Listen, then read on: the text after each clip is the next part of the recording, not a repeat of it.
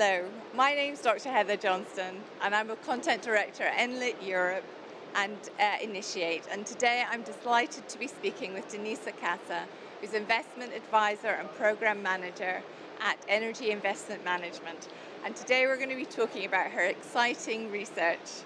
Denisa, it's lovely to see you. How are you? Yeah, I'm very good, and thank you so much for this opportunity. I'm so excited to be here and to also see Enlit happening at this stage. Well, we're absolutely thrilled to have you.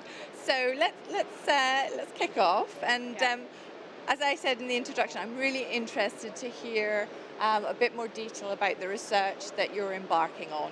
Yeah, so right now with Energy Investment Management, I'm diving deeper into a research on the entrepreneurial and investment opportunities in the renewables field, specifically in the markets in the CE region and the Balkans. Because in Western Europe, there are already a lot of improvements, and a lot of companies have invested in expanding their portfolios by including renewables in them. Whereas in the CE region, this is still something that is in the process, and with the Green Deal right now, even more efforts have to be put into it.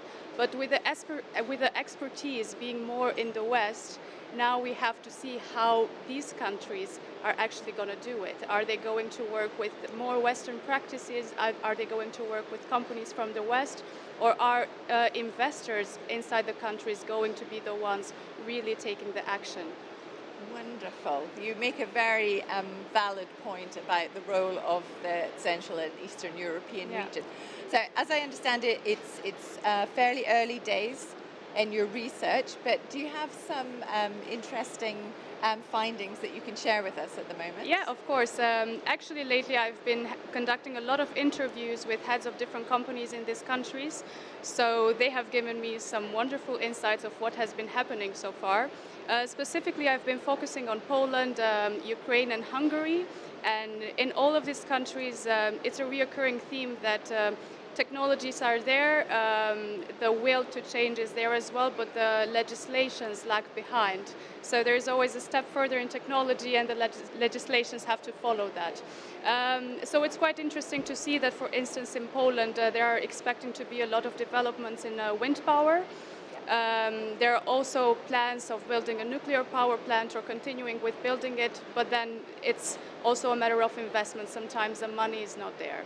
And in Hungary, for instance, the country and the government is rather supportive of solar PV, but it's not that supportive of wind generation. So it's also a matter, sometimes countries are waiting for the technologies to be cheap enough for them to be able to afford them and deploy them at a larger stage. Yeah, absolutely. So just give us a feel about the sort of timescale of your research and kind of what you hope to kind of walk away with at the end of the project. So by the end of December, I think I will already have a rough overview of some insights of what is already being done in the countries, specifically Poland, Ukraine and Hungary.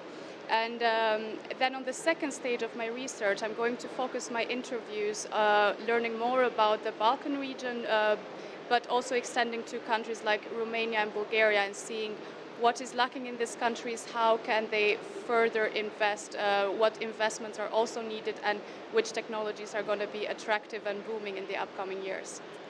Wonderful. Well, Denisa, I really appreciate you sharing sort of the insights that you've gleaned so far from your research, and it's definitely research that needs to be done. So I very much look forward to you coming to a future Enlit Europe and sharing the findings. I will be there for sure.